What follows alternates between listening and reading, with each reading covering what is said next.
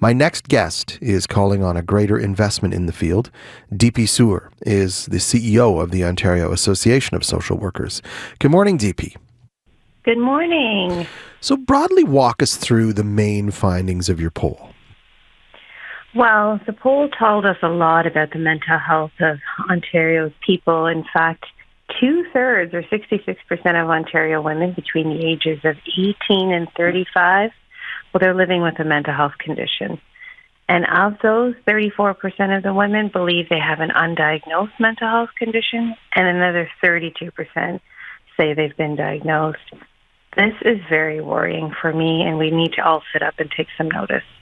Why is it that so many young women are reporting mental health concerns? Yeah, well, I think this is an age group of 18 to 35 that consists of women who are finishing school, building their first careers, making big decisions about family, maybe trying to decide if they want to have children or they're taking care of school-age children.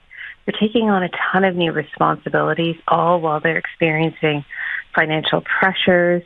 In addition to that, they've come out of the pandemic and it's been increasingly lonely and difficult. That would be hard for anyone. And if you couple that with how difficult it's been to access social supports and mental health supports the last few years, it's a pivotal time, and it's no wonder that we've been feeling the stress. And the poll found about a third of women, as you said there, have undiagnosed concerns. What does that tell you? Well, it tells us that those people, the poll also told us that about 60% of people who sought out mental health supports had some frustration with navigating the mental health system.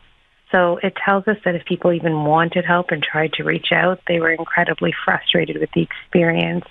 So it serves as a wake-up call that folks are struggling with their mental health, and we need to be able to inject the care they need, especially in the places that they are frequenting most, like their doctor's offices, in the schools for our young children, in the community, in the actual places that they visit often. So when you say that they had problems navigating the system, what was that? I mean, what are the barriers to finding care? Yeah, I don't know about you, but I've had at least one or two loved ones in the last while who've tried to access our care system for mental health, and it's been incredibly complex with wait lists and very difficult patchwork systems of mental health and social support. And that can be very frustrating. And so sometimes people don't even know where to start, where to begin, how to even have that conversation. And so we need the investments in folks like social workers to help connect people.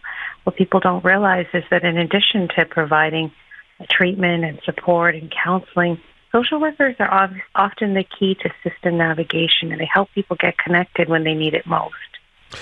How is that? I mean, I see ads for, I guess maybe I'm more attuned to it because of the work that I do. But I mean, I see ads online from the government. I see, billboards and things like that.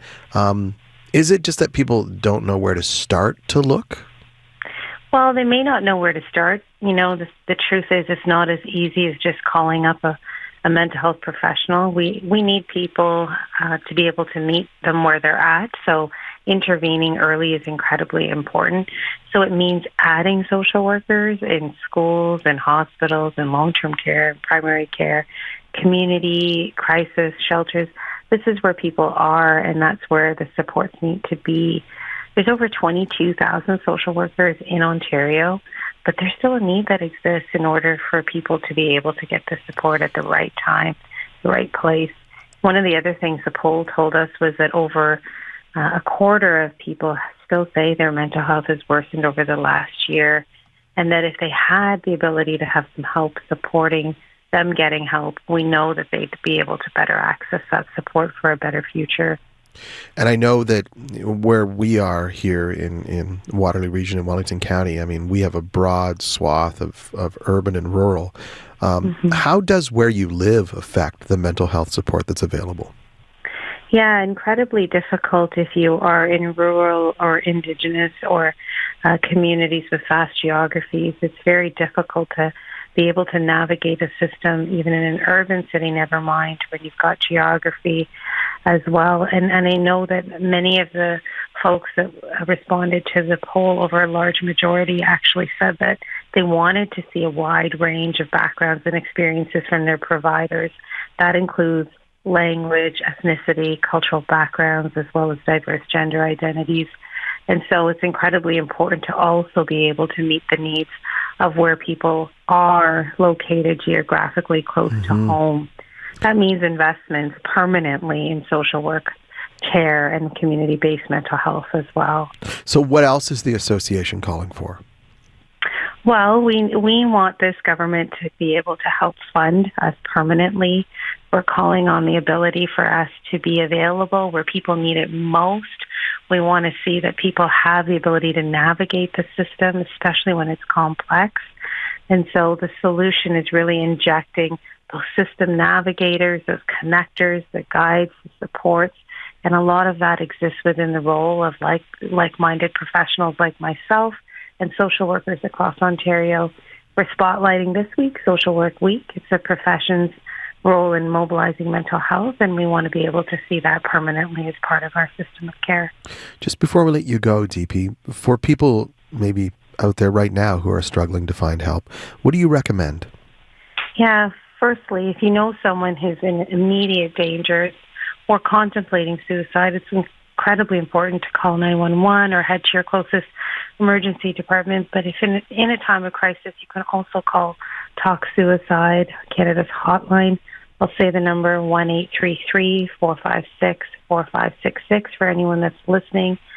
If you don't have urgent concerns but really need support, you can also visit Connects Ontario and you can get connected, talk to a family care provider, talk to a school social worker, speak to someone in the community that you're in so that you can get connected quickly as well.